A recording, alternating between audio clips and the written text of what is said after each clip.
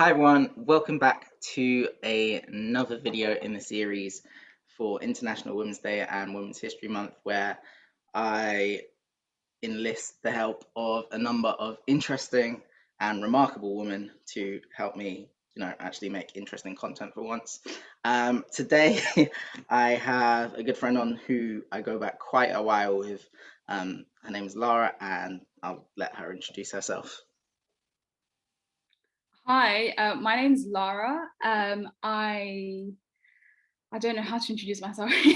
I work in science publishing at the moment, very fortunately, and as of September, I will be a PhD student in the University of Edinburgh. I applied to do my PhD and then I just left because I realized I had no Oh, money. really? Yes, understandably. There are some bursaries and scholarships around. I have to admit it's quite hard to find. Like in my field, I'm not sure in the legal field.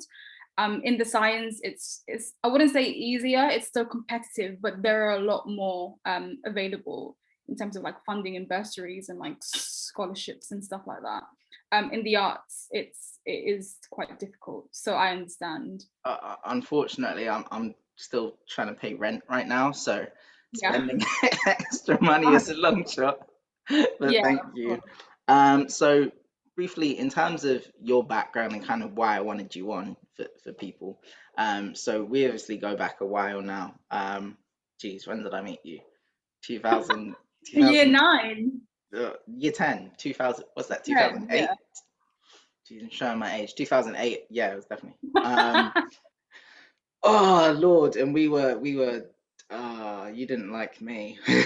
That's not true. You sat, I remember you sat, because like I think it was your first day, and then we were in maths, and Yeah, I was at the back, and yeah. then you were sat next to me, and then like I think we were doing integers, like negative numbers and stuff like that, and then we started talking about that. I Uh, remember it was definitely a maths I lesson. can tell you, I know the maths class you're thinking of because I came in and missed, and King changed my tie, but what's it called? Because we Your got put, time. yeah, because I had done it like smart and stuff, and it Okay, didn't really fit smart in with stuff. with my new school Yeah. environment. But I remember because we both got promoted out of that class Yeah. within like a month or something and moved to the top Yeah. set at Upset, the same time. obviously. But yeah, obviously we spent a lot of time. I'm gonna call it jousting in classes. Uh-huh. I'm gonna call it friendly. um, but no, obviously you had a good academic track record at that time.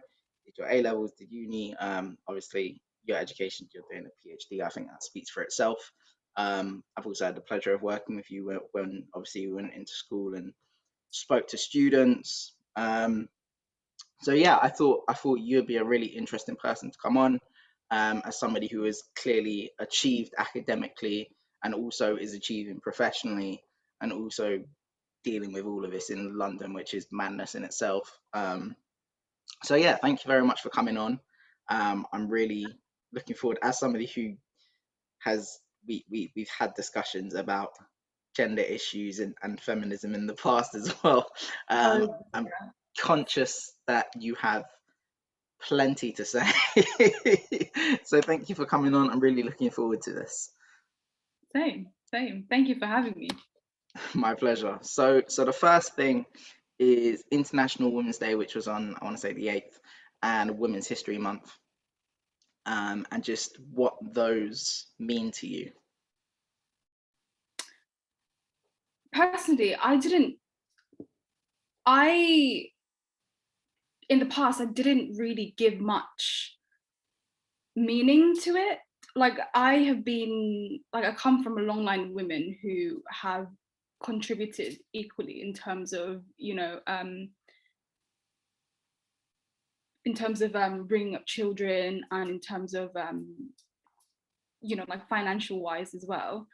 In many cases, many of them have been breadwinners. So like I've got aunts and cousins and other relatives who have been breadwinners, and they were doing the bringing up, like they were handling family life and personal life, professional life, like all at once, you know.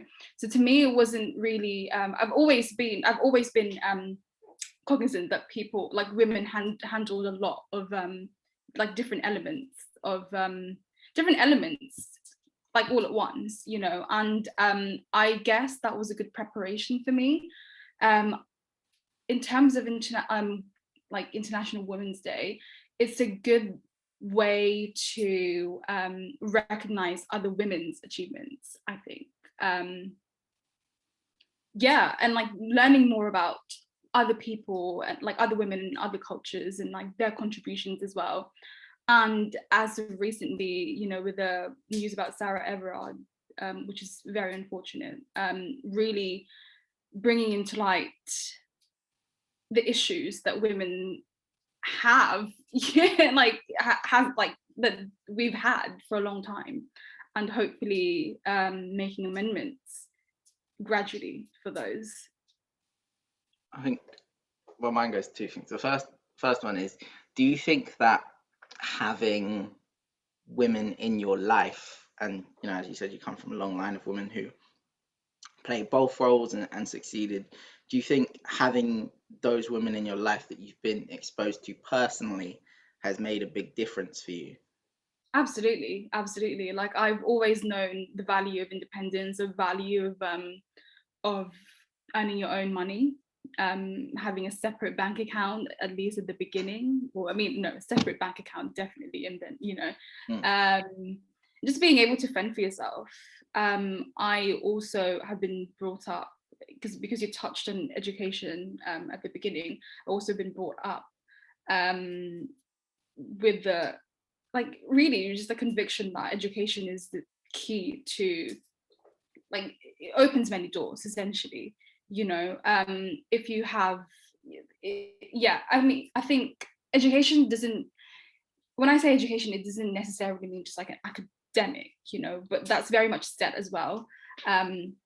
But there are other ways that you can get an education, you know, by traveling, by talking to other people, and like keeping in touch with them. And yeah, yeah, so I would say definitely having these women around have prepared me for life. You know, that you taking education so seriously, actually it makes sense now why you always bullied me for sleeping in class. Yeah, this was in maths. I remember it's always in maths. You In would just maths, be like, in go like science, that. in French. Yeah, Oh Lord, especially in French. Oh my Lord have god. mercy with you in French. Oh my God. French is really I good. Like swear French you is, you were already fluent in French by year 9. I You didn't wasn't. even I really didn't wasn't. need to be there.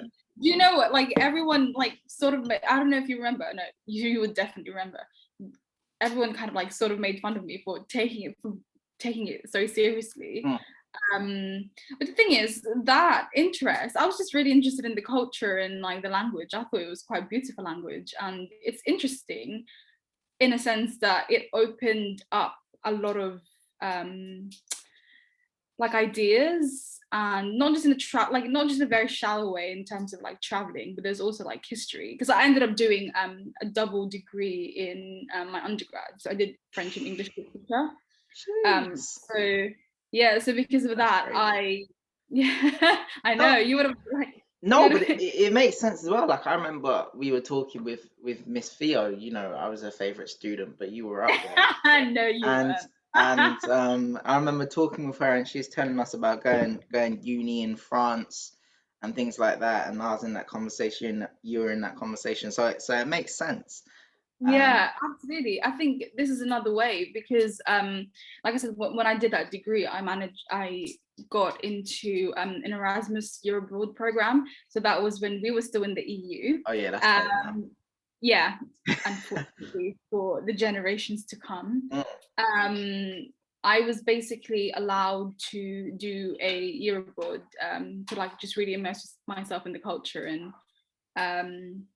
yeah, just live there and just see how it is, be among other students, international French, you know, everyone. And it was like honestly the best time. It was the best time because not only did you it was a year out, so for me it didn't count. All I needed to do was pass my the classes that I took, which I did, but essentially there were no grade. You didn't have to worry about like, oh, I must get an A, I must get a B. You didn't have to worry about that. And like just meeting a bunch of people from everywhere, it was just rewarding in itself. I'm still in touch with the people that I met in France who are originally Japanese, like are Japanese origin. And when I came there, we met, and then I remember we were taking the metro in Tokyo, and we were speaking in French. It was so cool. It was nice to kind of like rekindle that. So essentially the gist of what I'm saying is that like education opens up to so many doors, not necessarily in an academic or like in school institution, but also just in many ways as well. It's interesting you mentioned that, because when I think of education, like looking back, I would tell people not to go to uni now. I dead ass would. One, because the coalition government screwed us over royally. But two, even when you look, there's a lack of care and a lack of intent. We know that the government sees education as a certain thing. So it was, September where they put out the guidance saying, you can't have a group of resources which call for the abolition of capitalism. But, I thought school was there so that you could learn and consider all these different kind of points of view and exercise your brain that way. But also, if you look at what's been happening with the pandemic, unis have put no effort into it. Students are getting Zoom lessons from teachers who don't know how to use Zoom. Technology doesn't work. And so it's just not worth it. In addition to the fact that now, with the technology and information available to everyone, you can kind of educate yourself about a lot of things, and a lot of professions have alternative routes into them. Like even me being in law, there are plenty of ways to get into law now and qualify without going to uni. So if somebody has the opportunity to work and earn their qualifications that way, I would advise that. The one thing I would say about uni is that the most valuable thing it had for me was the things outside of education. So moving out, learning to be independent, cooking for myself, having sports teams and responsibilities and extracurricular activities, those kind of things outside of the education. So when you talk about not needing to worry about grades, I think a lot of people would get more value from education if education kind of wasn't the only focus within that, if that makes Yeah, sense. no, absolutely. I completely agree with you in terms of this, in terms of young people being discouraged to become like to go into uni, because I think at the moment, like right now, the younger generation are being treated as consumers, when in fact, to be able to get the economy going, you need to hire people who have the skills to do their job, and to get those skills, they need to go to uni. So I think I completely agree with you. And it's such an inordinate amount of money to get these qualifications, and that in itself can be off-putting. So absolutely. Actually, I know someone who dropped out of a master's degree in a very like prestigious school, because it's just too much money for something that he's going to do over Zoom, like you said. So Yeah. I understand. I think though that there are it's a really good thing that, as you said, there are other routes to get to the place that you would like to be, because before it didn't. When we started, it wasn't as prevalent. No.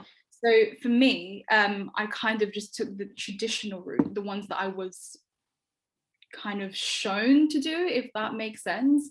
And like I think firstly, I think it's hard work. Like you need to kind of be able to deliver the results. And also there's a lot to do with connections as well. I'm not gonna like Yeah. it's just how it is. Like, and you get connections not necessarily just because you come from a certain type of background, but just by networking and like just basically letting your work speak for itself. Does that make sense? So like you network and then like, do you see what I mean? I realize that this is coming from a privileged position. But it's very fortunate now that, like you said, we've got other routes. Like there are other routes to, you know, get into law, get into academia, for example. So we went to a school in Southeast London. I did not if you'd asked me like back in year 11, in year 10, even if I would be doing a PhD in Edinburgh, I wouldn't have believed it. Do you see what I mean? Like Even then, with perspective, that Mm, school in Southeast London, how many people in that school thought they would attend uni full stop, exactly. let alone Exactly. a PhD? Like, I'm privileged in that, you know, I was raised in a different part of London, which was, we'll call it, more affluent, with a Mm, very different racial makeup, where mm, certain things are taken for granted. You know, people mm, all around me in primary school went on to private schools, private secondary schools, and then went on to places like Eton. Like, I mm, know people like that. And so my mentality was different coming in, you know, but there are other people who never even thought about uni. And that was before the tuition fees changed. yeah. Yeah, Um, exactly. I don't even know. I think the other side of the coin as well is that now people are in a situation where, you know, wages haven't changed, but house prices, living costs, inflation, and all that stuff that, you know, we get from the older generation about how we're lazy and all stuff. Well, we work twice as hard and we still can't put ourselves in the position. You know, Yeah. you can't work and have a family and own a house and own a car in your 20s. It's not possible now unless you come from money or you hit the jackpot. Mhm. And don't get me wrong, I'm sure there's a 1% that can do it, but there's a reason they're the 1%. um, Yeah. and so now when people are faced with the choice, you come out of school and you could actually work and earn money. You know, coming from London, you need to earn money. You could do that, or go off for uni. Like, it's kind of a trap. But yeah, no, I think that's interesting as well, with having you on, somebody who's kind of pushing and exploring education as much as she can. um I know you said it was hard work. Me, you know me, I got grades, but I slept throughout my education. Yeah, and I think it's slightly different from actually enjoying and valuing it. um but the next question was, what do you feel the biggest challenges facing you right now are? The biggest challenge right now, personally, I just don't have a lot of time. I I am like I said, to kind of be, I see it as a privilege to be able to kind of have a lot of things in your on your plate, you know, being still being employed and having the opportunity to pursue another degree is Mm, another thing. And there's also obviously there's like a lot of aspects as well, you know, with the pandemic going on. There are things that I still want to do, and there are things that still needs to be done. So like, you know, when we went back to our school and I said that I wanted to do something because the English department in our school is not mm, really doing very well. mm, So I wanted to kind of do something, and I wanted to do something. I still want to do something. And if I can, while still being in Scotland, that would be great. That's one of the biggest challenges, like just not having enough time. And on a wider scope, I would say just the safety of women and, you know, the future generations as well. I think it's unfortunate that this whole thing with Sarah Everard happened, but it's good that it's finally actually no, do you know what, you know, there was the Me Too movement which highlighted, you know, sexual harassments that happened to women, and then there's this another one in you know, British soil. And unfortunately there's not much being done about it, because thinking just thinking that women, like, they just basically think that they're a lot more we're a lot more vulnerable, and like they take advantage. And the fact that we are not allowed to just walk home safely at night, it's not okay, you know. um yeah, it's not okay, because I'm sure that you've as we talked about before, there's the statistics that 97% of women have been sexually harassed, and that's just the statistics, you know. It's definitely Yeah. higher. There are people that don't report it, and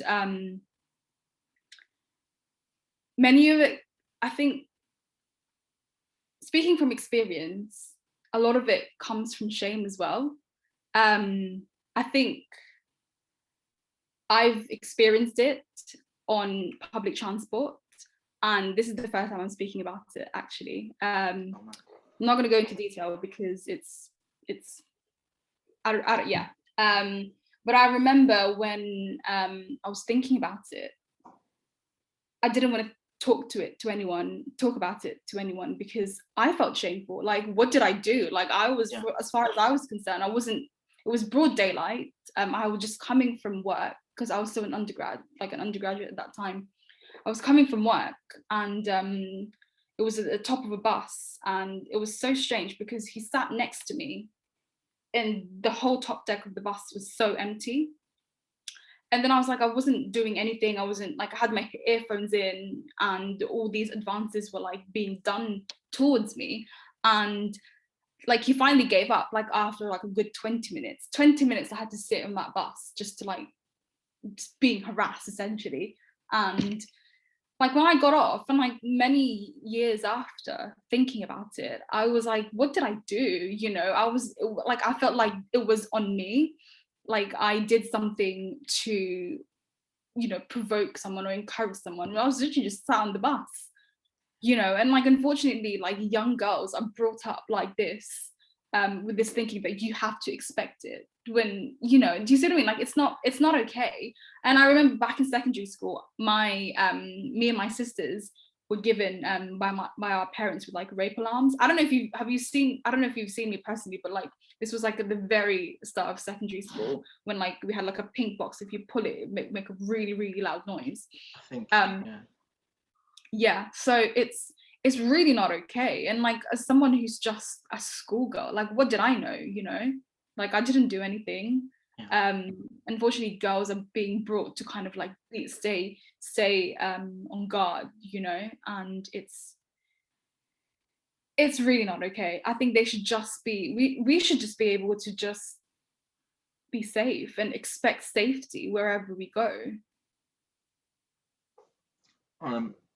Firstly, thank you for sharing that. Sure. I'm grateful sharing with me, and obviously for this chat as well.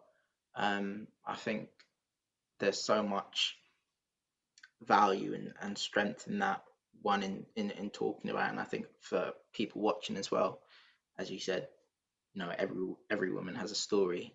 So hearing somebody talk about it, thank you very much. The first point you made was about having kind of time and things you want to do, and hoping to be able to do them while you're doing your PhD as well. I think that one of the situations I've found myself in through the pandemic, through the past year, is that I'll have months having all the time in the world and having nothing to do. And then for a few months, it's been completely non-stop. That's why I had a nervous breakdown in December. It's why I had to take a break for mental health. And going between that has been extremely jarring.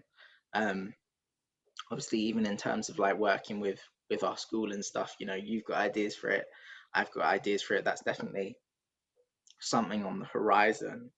Um, but I think it's very interesting as well, particularly when someone like you, who again has all this experience in education and what seems like, you know, a genuine love for it, the kind of projects that you can do and influence people, particularly young girls as well, um, and you know, people who it may not have initially occurred to, and the things you can do. And the second thing, you know, look, I think this the Sarah Everard thing is a tragedy, but it's a tragedy which could have been prevented. And I think Mhm. that's what we have to reiterate. When we talk about this, there are so many elements to it. And the truth is, this is just one story. It's one, you know, and there are so many elements to it and the context around it, which mean that it's getting more publicity than other things. It's come off the back of a year of civil and social unrest. It's Mhm. involving a police officer. It's a white woman, which is an important fact because we know that there's hundreds, thousands of missing women in the UK and the US right now, and those who are people of color, they don't get the same coverage. Mhm. It's Kate Middleton was there, and there's a thing with the Royals right now. Like, there's so many different parts in play. You've got the new bill coming in, how the police responded at the vigil, and imagine if that amount of publicity and energy went towards every woman, every woman in a story like this. The news would never stop. No one would have any energy. The protests would never stop. It would Yeah. be full on, non-stop, all of the time. Um, and look, I'm not going to sit here and say that I know what it feels like to be a woman and live with that, because I don't. Um, the best I can draw from to imagine is knowing that, as somebody who's moved from London to the north, walking and living in areas where I know there's a lot of racists, and I know I can't go in certain pubs and I can't walk past certain pubs, and I take different routes home and all that kind of stuff. And when I'm walking about and after stuck, I'm always on the lookout essentially. But even then, that's more contextual than for women, because I know there's other areas where I don't do that as much, as opposed to it being on all the time. Um, I think what you mentioned as well, in that it coming back to the shame and kind of what have I done. So I've had a few conversations over the past few days, and to be honest, I've been very annoyed, even angry about a lack of accountability. And it's the not all men response. And the way I see it is, it's like, if you're in a pub with your boys and somebody makes a joke about the woman that they are hitting on getting her drunk, right? The person making the joke, you don't know their intent. It might be harmless, it might not. You won't know until later. But even then, if you're sitting around and you hear the joke, you either realize the potential edge of that joke and you laugh, or you don't realize through a lack of education and awareness and you laugh. Either way, both are positive reinforcements for an action which should not take place. And so, even if nothing happens, even though you may not have ill intent, you are still culpable for positive reinforcement of an unacceptable attitude. And even with that, again, it's nobody said it's all men, but you don't get to figures like 97% of women, and both of us agree that's an underestimate. But you don't get to those figures and then say, oh, it's a few bad apples, it's a tiny minority of that doesn't happen. One, it's not true, and secondly, it's just like with racism as well. Even if in even if it was 1% who were doing it and were culpable, it's still the vast majority who allow for it and who cultivate the culture. You know, having male privilege means that you're in a position where it's not just enough to not do something wrong and not act negatively, but you have to act positively to change it. Because if you don't correct the system, then you're part of sustaining it. When did marital rape stop being legal? Like, it was just legal the other day. Um, Mm. that is our society and that is our culture. I don't know. It's difficult to think about, and well, it's harder to live.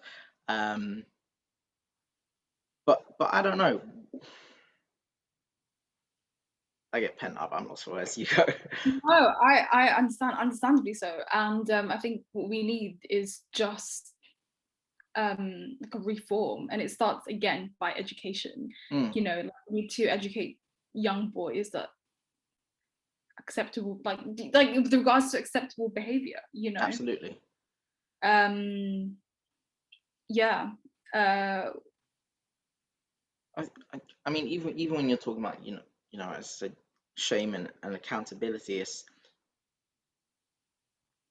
girls not being taught that there isn't any excuse for it, and guys as well being taught that as well. But communicating that these things do happen, unfortunately, but it's not your fault. It's not, Mhm. you can't legislate for that. And equally, you shouldn't have to live in a world where you have to think about that. Like the response to, I saw the 6 p.m. curfew idea, for example, um, and it was guys saying, "Oh, well, that's stupid and it's nonsense." And I think it's stupid too. But the point isn't to have a 6 p.m. curfew. The point is women are taught that they essentially have to live by a code and live by rules, which means they don't go out after dark, they don't walk by themselves, they don't come back too late, they stick to main streets, they go in well lighted areas. And then you have Mhm. cases like recently where people do everything right and stuff still happens. So Mhm. it's the idea of, what if, I could walk around and live like men do just once in a while, and actually walk with freedom and peace of mind. And that's what people are missing. And they focus and cherry pick and miss the actual Yeah, point, unfortunately. yeah, yeah. I agree. I agree.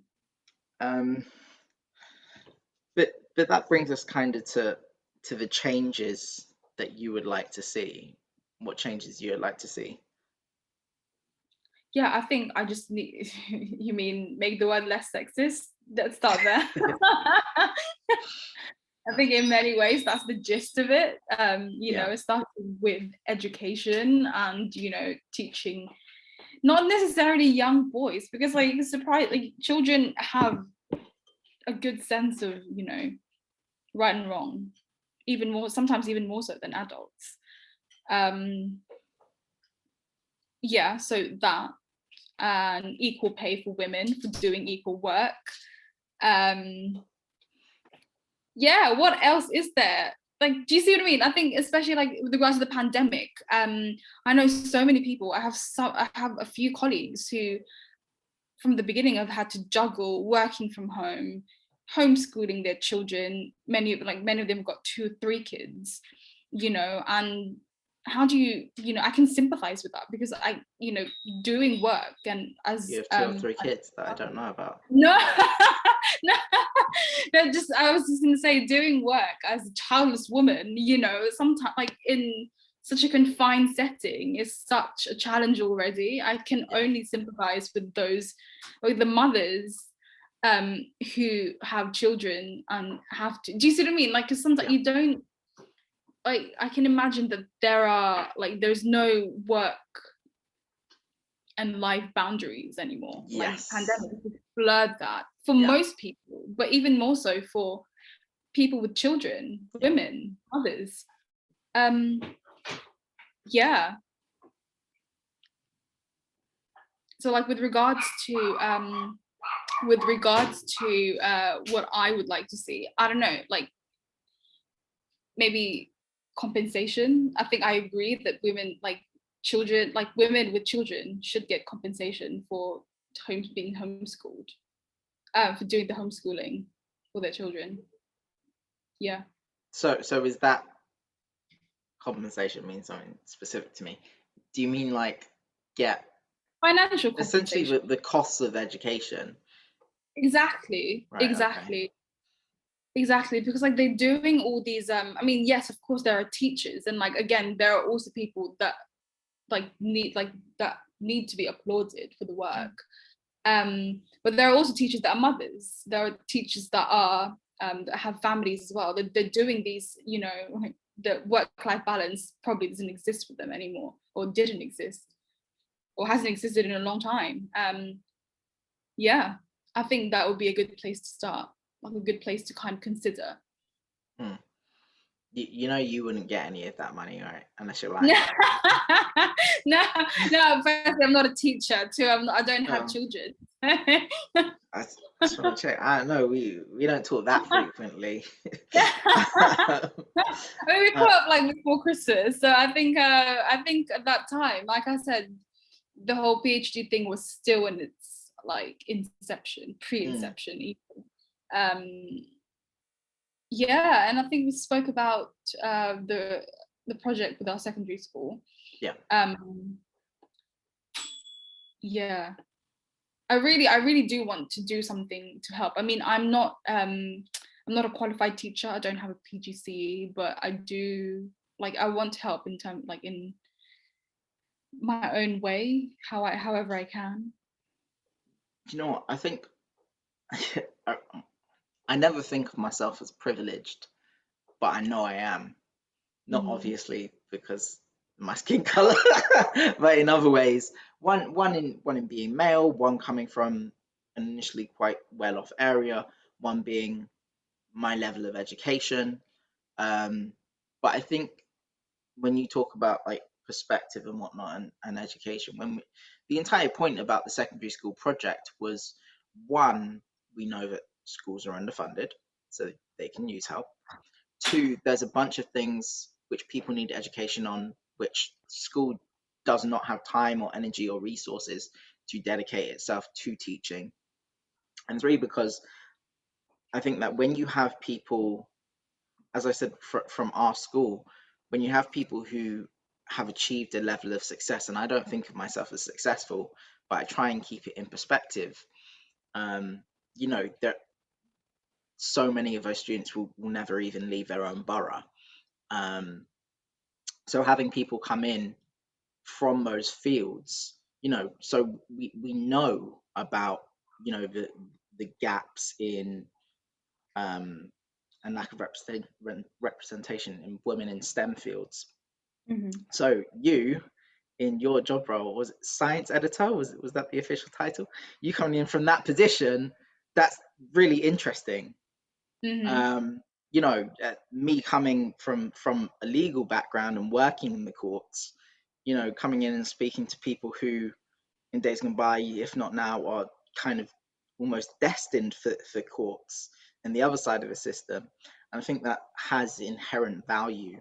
Um, but on that point, in terms of education, you spoke about, and particularly for young girls and young boys and kind of the subjects that we've discussed, knowing that the education is not receiving help from the government and it doesn't look like it's going to, how would you like to see that happen? I think when I was still in when I was in secondary school, we went on a lot of trips. Mm, I don't know, obviously like, with the trips kind of gradually became less frequent as I got older. Understandably, GCSEs and stuff, but we'd always gone to trips. In I remember there was one in Wales just to like experience the outdoors, if you like. mm, And then like towards the end of year 9 or early year 10, I remember going to Imperial College in London. Um, this was on a science field trip.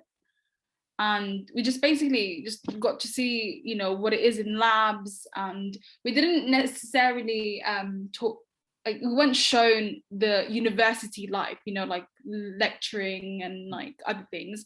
We just basically showed the labs and like this is where people work and like do scientific discoveries and stuff like that. I think again, this brings us back to letting children know, about educating children about these things, but outside of the classroom. yeah. Because do you see what I mean? Like, this is there's so many ways of learning, and children learn differently. People learn differently, Mm, and many people would appreciate just being outside of the classroom. Um, I think it would be good if the children in our secondary school maybe went on like trips to the law courts, for example, or in a university institution, and like get to experience what it's like to be in those fields. Not, do you see what I mean? Because like it's also important to recognize and let them know that there are ways to get there, not just by the traditional way. You know, like you said, there are ways to get into law outside of, you know, the like uni. That's also the same with publishing. You know, if university is not your cup of tea, completely understandable. Like it's just really important to kind of iterate that there are ways to get there outside of that setting. Yeah. Well, listen, I think your voice in this is as important as any. I mean, as you said, you know, you come from a long line of women, and obviously I know your family, your sisters as well, who just all be killing it. And so coming back, like you guys legacy, and I want to say you know what you're talking about, which is probably the biggest compliment I may have ever given you. Oh. Don't push I it. would not expected a compliment. Exactly. Let's not. I'm uncomfortable already. Let's not push it. But okay. The final thing was a remarkable woman who you think I and listeners or viewers haven't heard about, but you think we should know about or read about. I think these are influencers. Okay. And that probably would resonate with a lot of younger people as well. But I know there's this lady in America, these two ladies from America actually. One is called Akana, and she has a YouTube channel. I think everyone should watch it, especially for young. Like I was drawn to her at the beginning. I was still in university because she was so productive. Like her content was about productivity and handling creativity and also dealing with mental health as well. But then, as you know, when life happens, like personal stuff happens, and she's basically talked about how to deal with that and like channeling all that negativity towards something that's better, you know. She has like years and years worth of content, and she's also an actress.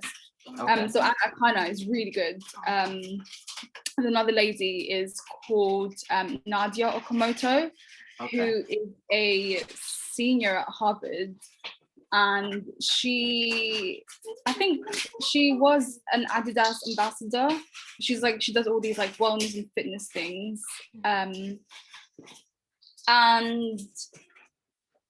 also one of the things that drew me to her was the fact that she wrote this book called Period Power, and it's essentially a book that aims to debunk and educate both men and women about periods, and essentially teach them to not be ashamed about it, because you know what, like we have it. It happens every month. So you know, it's just reminding me of Scotland had their change where it's is it schools getting free period products.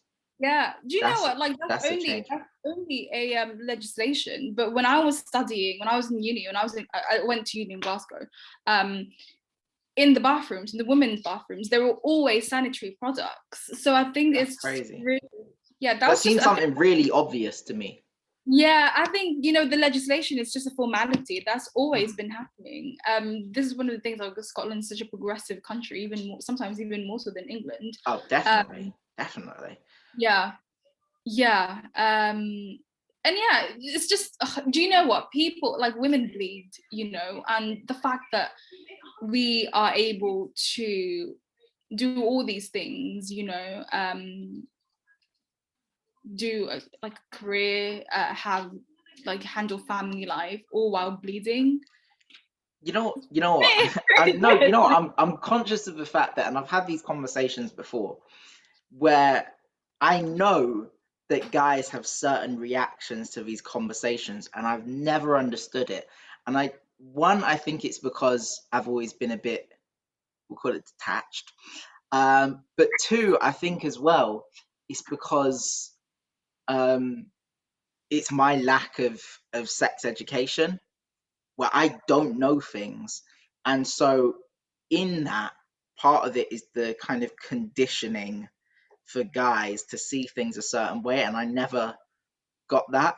To me, it's kind of from a stance of you don't understand the biology, but it's science that you should want to understand. Mhm. Like I've never been able to reconcile with that.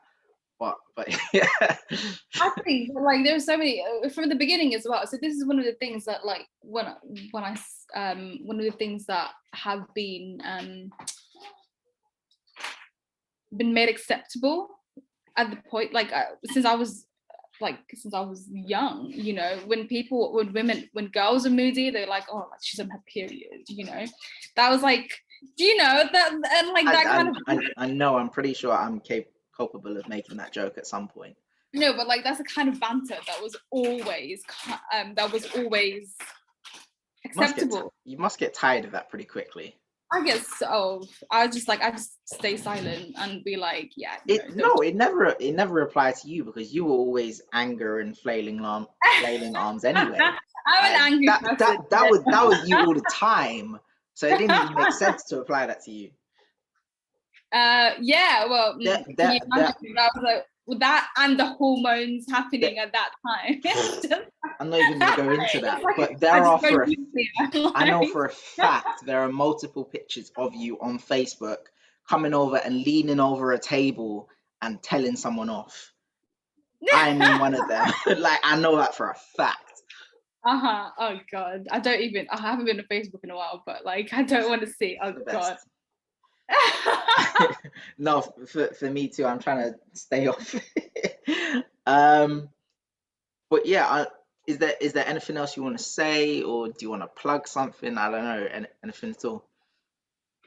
No, I think it's just this is such a nice way to recognize recognize Women's Month and International Women's Day which just passed. So this is quite privileged. Thank you. Oh no, my pleasure completely. Thank you for coming on.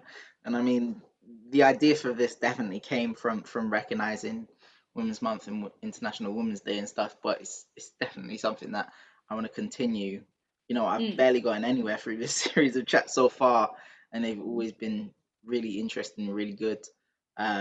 You've been a great guest. Been amazing. It's been great to have this conversation with you. I think it's really going to be very interesting and helpful for a lot of people. So thank you so much for coming on. Yeah. Definitely going to have you back at some point. Oh, absolutely. But yeah, thank you so much, Lara. You've been great. Everyone watching and listening, thank you very much for tuning in, and we will see you in the next one.